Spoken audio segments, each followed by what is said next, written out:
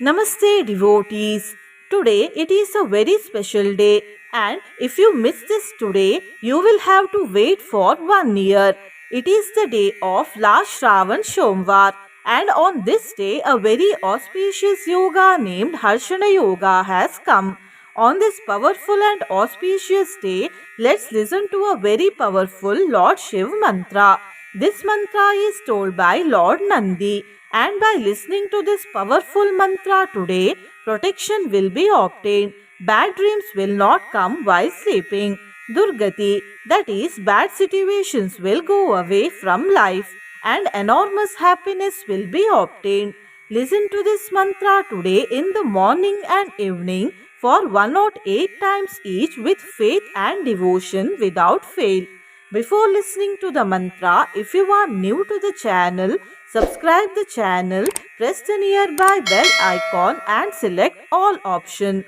Also comment as Om Namah Shivaya. दुःस्वप्न दुःशकुन दुर्गति दौर्मनस्य दुर्भिक्ष दुर्व्यसन दुस्सह दुर्यशांसी दुःस्वप्न दुःशकुन दुर्गति दौर्मनस्य दुर्भिक्ष दुर्व्यसन दुस्सह दुर्यशांसी दुःस्वप्न दुःशकुन दुर्गति दौर्मनस्य दुर्भिक्ष दुर्व्यसन दुस्सह दुर्यशांसी दुःस्वप्न दुःशकुन दुर्गति दौर्मनस्य दुर्भिक्ष दुर्व्यसन दुस्सह दुर्यशांसी दुःस्वप्न दुःशकुन दुर्गति दौर्मनस्य दुर्भिक्ष दुर्व्यसन दुस्सह दुर्यशांसी दुःस्वप्न दुःशकुन दुर्गति दौर्मनस्य दुर्भिक्ष दुर्व्यसन दुस्सह दुर्यशांसी दुःस्वप्न दुःशकुन दुर्गति दौर्मनस्य दुर्भिक्ष दुर्व्यसन दुस्सह दुर्यशांसी दुःस्वप्न दुःशकुन दुर्गति दौर्मनस्य दुर्भिक्ष दुर्व्यसन दुस्सह दुर्यशांसी दुःस्वप्न दुःशकुन दुर्गति दौर्मनस्य दुर्भिक्ष दुर्व्यसन दुस्सह दुर्यशांसी दुःस्वप्न दुःशकुन दुर्गति दौर्मनस्य दुर्भिक्ष दुर्व्यसन दुस्सह दुर्यशांसी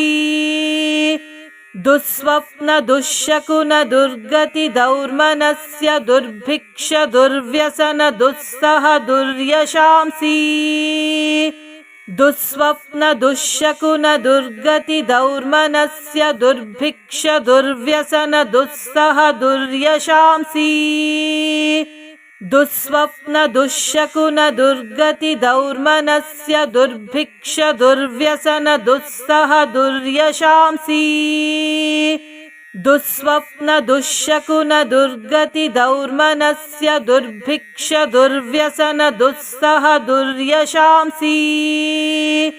दुःस्वप्न दुःशकुन दुर्गति दौर्मनस्य दुर्भिक्ष दुर्व्यसन दुस्सह दुर्यशांसी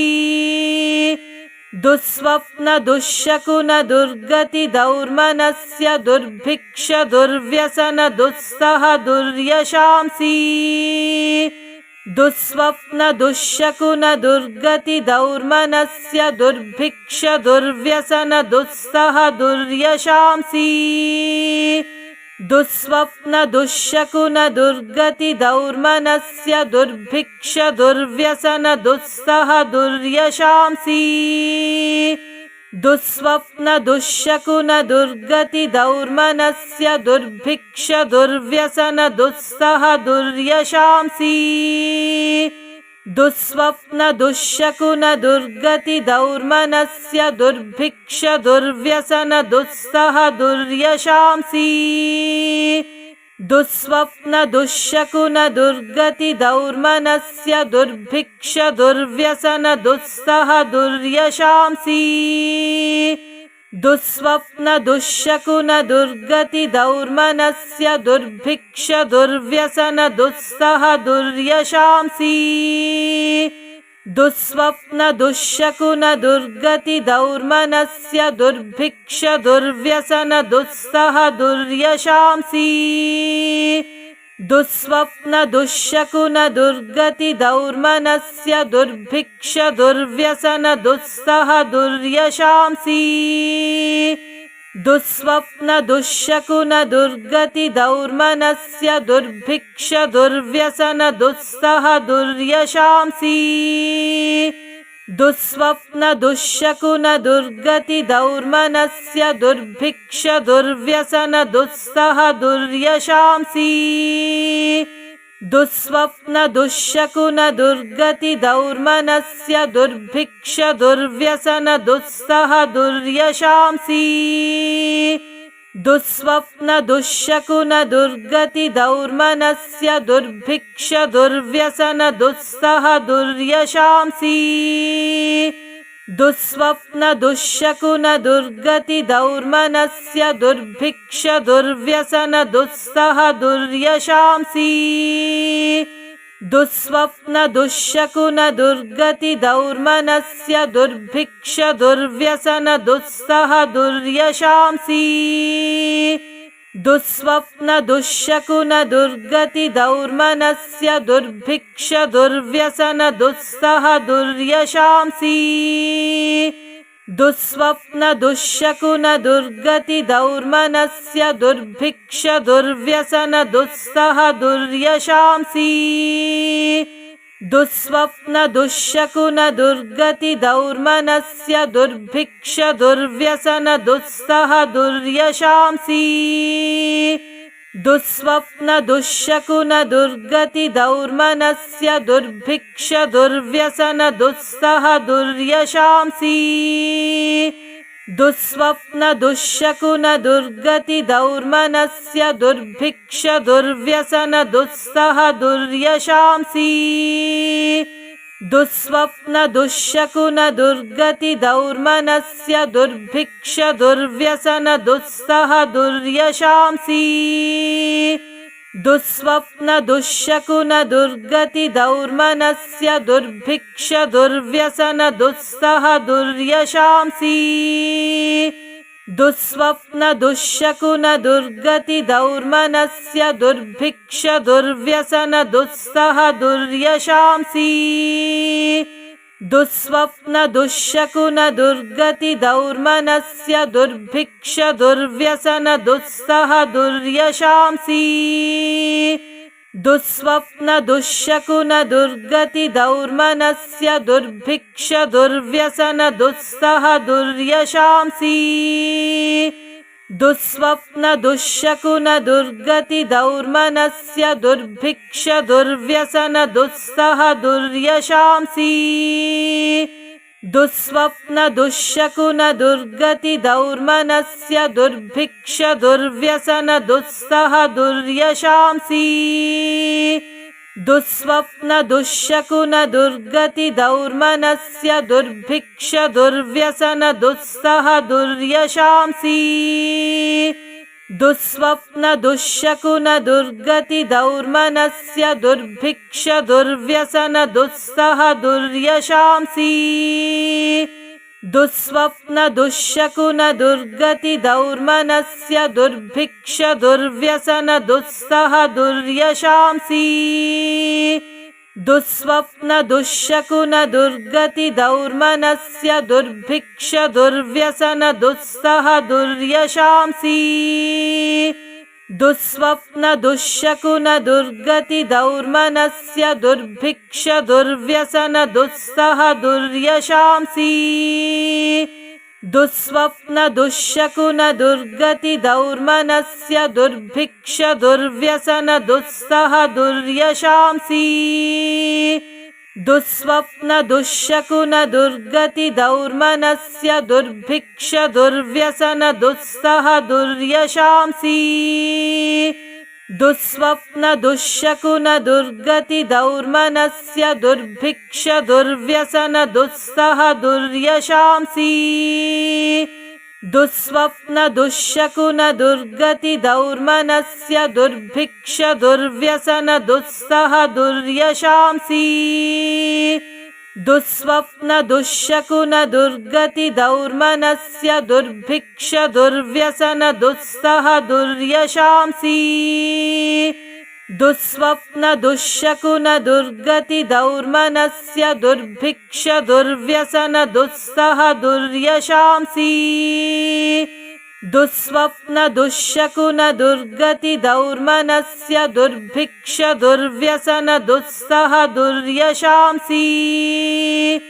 दुःस्वप्न दुःशकुन दुर्गति दौर्मनस्य दुर्भिक्ष दुर्व्यसन दुस्सह दुर्यशांसि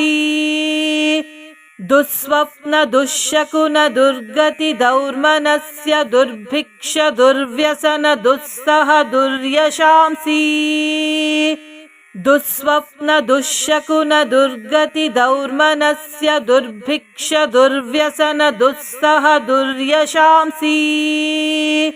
दुःस्वप्न दुःशकुन दुर्गति दौर्मनस्य दुर्भिक्ष दुर्व्यसन दुस्सह दुर्यशांसि दुःस्वप्न दुःशकुन दुर्गति दौर्मनस्य दुर्भिक्ष दुर्व्यसन दुस्सह दुर्यशांसि दुःस्वप्न दुःशकुन दुर्गति दौर्मनस्य दुर्भिक्ष दुर्व्यसन दुस्सह दुर्यशांसि दुःस्वप्न दुःशकुन दुर्गति दौर्मनस्य दुर्भिक्ष दुर्व्यसन दुस्सह दुर्यशांसि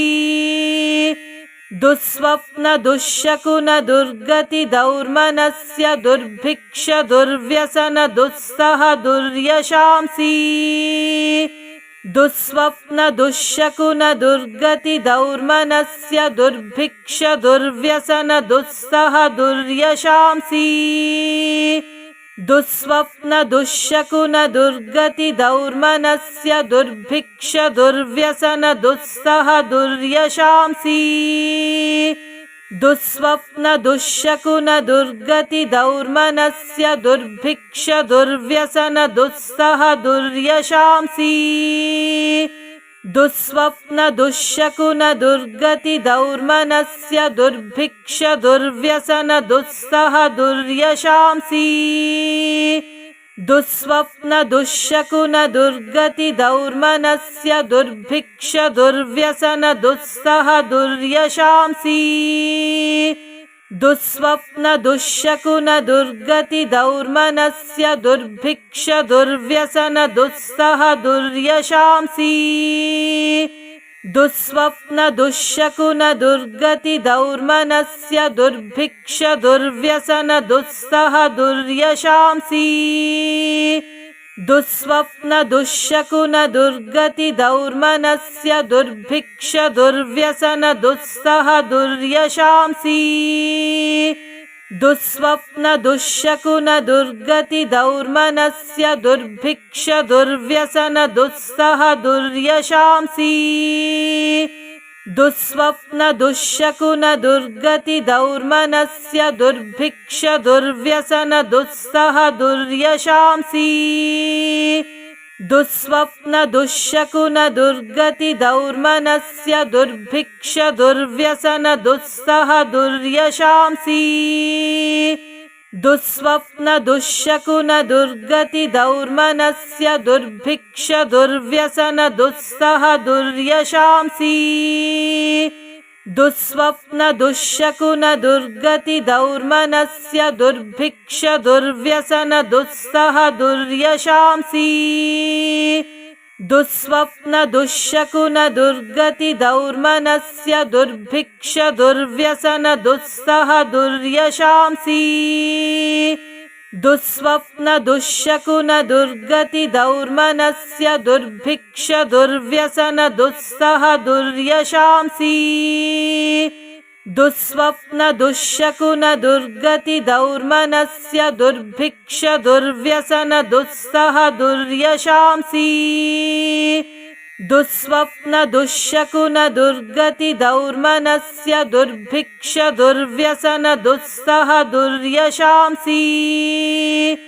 दुःस्वप्न दुःशकुन दुर्गति दौर्मनस्य दुर्भिक्ष दुर्व्यसन दुस्सह दुर्यशांसि दुःस्वप्न दुःशकुन दुर्गति दौर्मनस्य दुर्भिक्ष दुर्व्यसन दुस्सह दुर्यशांसि दुःस्वप्न दुःशकुन दुर्गति दौर्मनस्य दुर्भिक्ष दुर्व्यसन दुस्सह दुर्यशांसि दुःस्वप्न दुःशकुन दुर्गति दौर्मनस्य दुर्भिक्ष दुर्व्यसन दुस्सह दुर्यशांसि दुःस्वप्न दुःशकुन दुर्गति दौर्मनस्य दुर्भिक्ष दुर्व्यसन दुस्सह दुर्यशांसि दुःस्वप्न दुःशकुन दुर्गति दौर्मनस्य दुर्भिक्ष दुर्व्यसन दुस्सह दुर्यशांसि दुःस्वप्न दुःशकुन दुर्गति दौर्मनस्य दुर्भिक्ष दुर्व्यसन दुस्सह दुर्यशांसि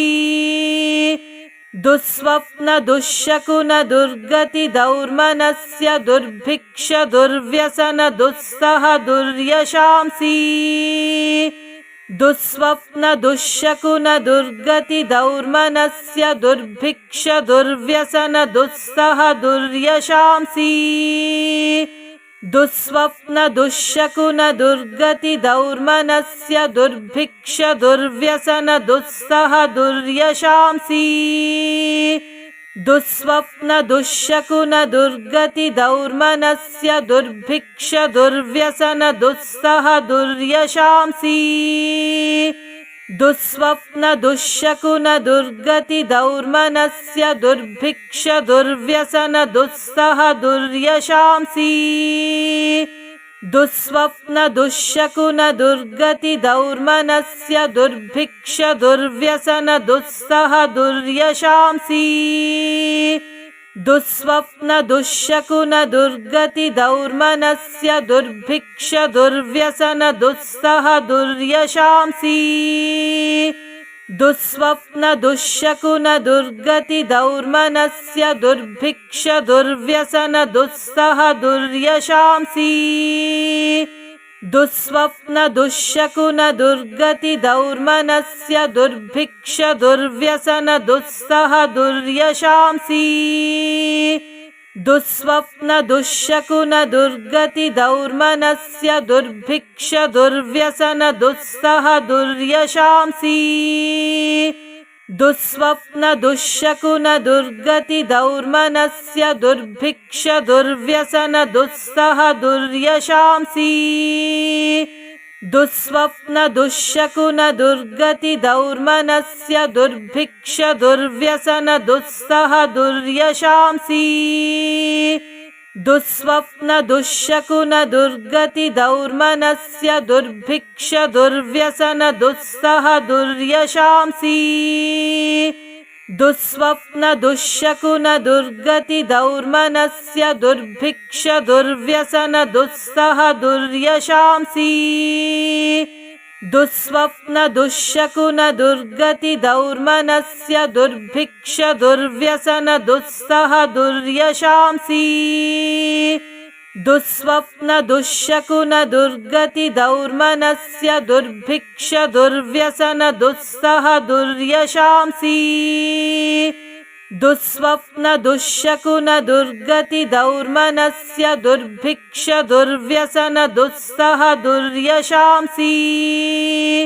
दुःस्वप्न दुःशकुन दुर्गति दौर्मनस्य दुर्भिक्ष दुर्व्यसन दुस्सह दुर्यशांसि दुःस्वप्न दुःशकुन दुर्गति दौर्मनस्य दुर्भिक्ष दुर्व्यसन दुस्सह दुर्यशांसि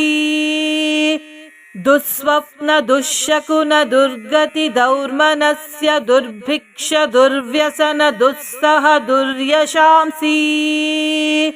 दुःस्वप्न दुःशकुन दुर्गति दौर्मनस्य दुर्भिक्ष दुर्व्यसन दुस्सह दुर्यशांसि दुःस्वप्न दुःशकुन दुर्गति दौर्मनस्य दुर्भिक्ष दुर्व्यसन दुस्सह दुर्यशांसि